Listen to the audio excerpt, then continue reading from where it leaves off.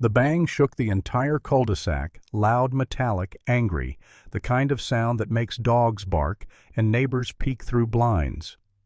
I stepped outside just in time to see my garage door slammed shut, 3 heavy deadbolts thrown one after another, and my father standing there like a statue carved out of pure defiance. Inside my garage were 3 massive HOA trucks that didn't belong to me, didn't have permission to be there, and would end up exposing the biggest suburban scandal our neighborhood had ever seen. I never imagined my life would turn into an HOA nightmare that felt like a mix between a crime thriller and a dark comedy, but that's exactly what happened. My name is Ethan Cole. I'm 45, I work in IT. I've got 2 kids, a mortgage, and until recently, I genuinely believed that moving into a quiet suburban neighborhood meant peace. For a while, Cedar Ridge Meadows delivered on that promise. Trimmed lawns, polite waves, kids riding bikes in lazy circles. The worst thing we dealt with was an HOA newsletter reminding us not to plant aggressively colored flowers. I laughed at that one. I wouldn't be laughing for long. The trouble had a name, Lauren Pierce.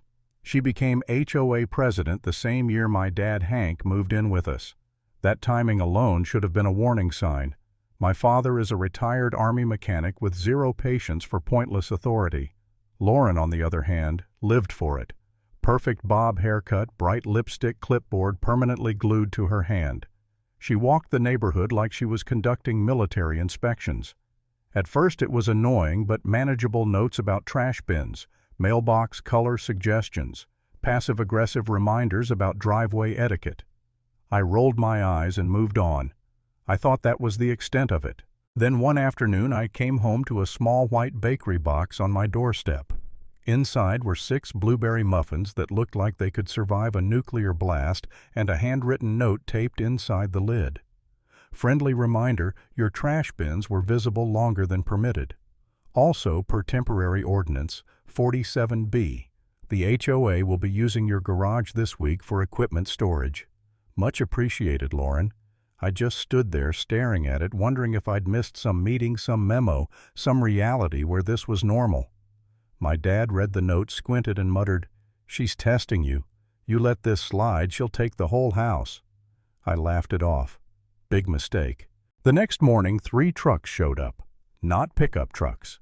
Industrial, unmarked heavy vehicles that looked like they belonged to a government agency or a surveillance company. They rolled straight into my driveway like they owned it. Lauren followed in her white Lexus, smiling like this was a favor I should be thanking her for. One of the drivers asked for the garage code. I froze. Lauren cut in smoothly. "It's approved. Temporary Ordinance 47B. My dad stepped out behind me. "Approved by who?" he asked. "By me," Lauren replied. And before I could even process what was happening, those trucks were parked inside my garage bumper to bumper, filling every inch of space. That was the moment I felt small, powerless, like somehow I'd lost control of my own home without signing a single piece of paper. I didn't know how to push back. I didn't know the rules well enough to fight them. I just stood there while my father stared at the garage in silence for a full 2 minutes. Then he turned to me and said, "Get me the locks, son." I should have stopped him. I should have suggested a lawyer or a calm conversation. But when a man who once disarmed explosives with duct tape asks for locks, you bring locks. He sealed that garage like it was Fort Knox. Chains, bars, electronic locks, all of it. When Lauren came storming back waving papers and threatening fines, my dad calmly called the sheriff. When the patrol car pulled up, the entire neighborhood poured outside like it was a parade. Sheriff Ramsey listened to Lauren's speech, then shook his head. "Ma'am, unless you have signed consent, you can't store HOA property on private land." Lauren's face cracked. She left furious. The truck stayed locked. That should have been the end, but it wasn't. That night I couldn't sleep. I kept thinking about those trucks. Why did the HOA need 3 massive vehicles? What kind of equipment required secrecy and intimidation? Around midnight, I heard a faint metallic clink outside. My dad and I looked out the window and saw Lauren dressed in dark clothes, latex gloves on, struggling with bolt cutters at my garage door. My dad nodded once. I hit the sprinkler remote. Water exploded out of the ground, blasting her flat onto the driveway.